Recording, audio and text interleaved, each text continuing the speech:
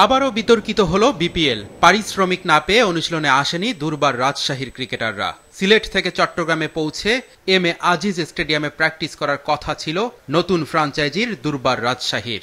অনুশীলন শুরুর কথা ছিল সকাল 10টায়, কিন্তু সময় পেরিয়ে গেলেও মাঠে আসেনি এনামুল বিজয়ের দল। টিম ম্যানেজমেন্ট থেকে জানানো হয় বিশ্রাম দেওয়া হয়েছে ক্রিকেটারদের, কিন্তু এরই মধ্যে ঘটে গেছে অন্য এক ঘটনা। নাম প্রকাশে অনিচ্ছুক রাজশাহীর ক্রিকেটাররা জানান, বিপিএল এখন মাঝপথে, কিন্তু পারিশ্রমিকের 1 টাকাও পায়নি তারা।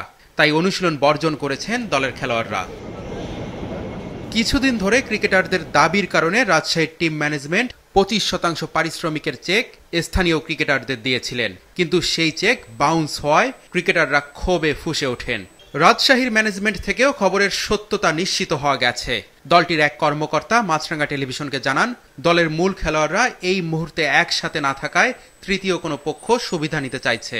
বসুন্ধরা টিস্যুতে ছাড়ের ছড়াছড়ি। বসুন্ধরা টিস্যু নিয়ে এলো নিশ্চিত ছাড়।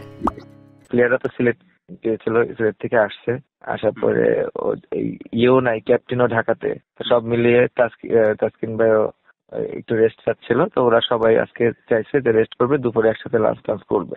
আমি পরে বললাম, আমাকে এটা জানাই সেটা যে bad news is good news, সেটা করা হয়েছে একেবারে, যে মিডিয়া গুলো একটা করতে চেষ্টা করছে এরকম।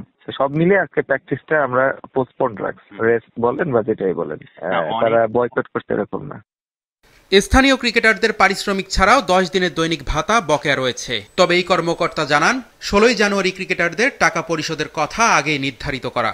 পেমেন্টের যে ইস্যু, সেটা 16 তারিখে দেওয়ার কথা, এটা সবাই জানে আর কি। 16 তারিখ যখনই হোক এটা দেওয়ার কথা। আজকে তো 15 তারিখ। আজকের জিনিসটা হয়তো বা কোনো কারণে, এটা হয়তো বাংলাদেশে এই প্র্যাকটিসটা আছে, bad news is good news. টাকা না পেলে বৃহস্পতিবার খুলনার বিপক্ষে ম্যাচে না খেলার কথাও জানিয়েছেন রাজশাহীর ক্রিকেটাররা।